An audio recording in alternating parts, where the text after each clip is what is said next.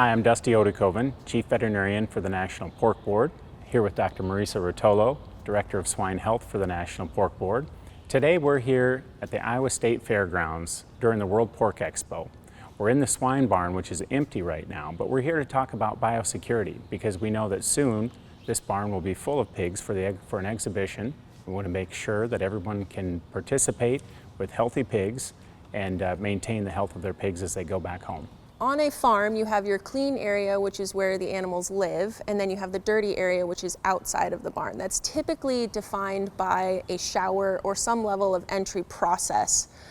Whether, like I mentioned, you do a shower or you do a full clothing change and shoe change, you have some level of intervention to enter into that barn. So that would be your clean area. So anything that passes that line of separation is going to need an intervention. So whether that's supplies or equipment coming in, it needs some level of cleaning and disinfection prior to entering the barn. And of course we have a lot of wean to finish barns where you may not have a shower, you may not do a complete change of clothes, but at minimum you would put on a pair of coveralls, disposable coveralls or site-specific coveralls and put on boot covers, and perhaps then you change those as you go to a different age or different barn, but there's something that happens at that line of separation that that you physically do, and you make a change before you proceed across that line of separation. It's important to remember that biosecurity is flexible, so you may not think that you can do a certain step at your line of separation,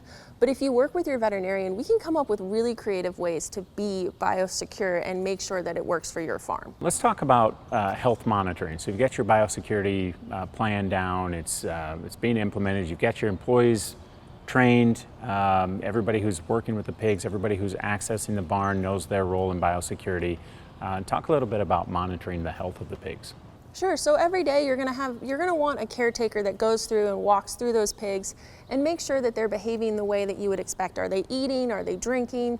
Are they piling up, which means they may have some fever? How are they behaving? So you want to be sure that you're doing those daily checks every day to make sure that your herd and your pigs are healthy.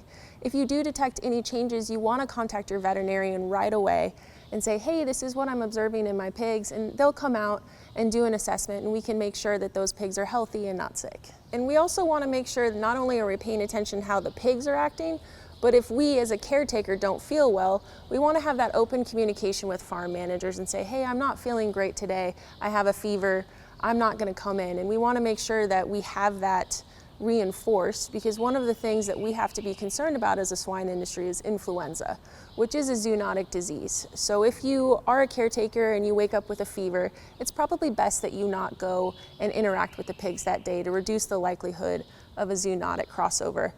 Another thing to keep in mind is that in the swine industry, because of influenza, we do recommend that everyone that interacts with pigs does get their annual flu shot.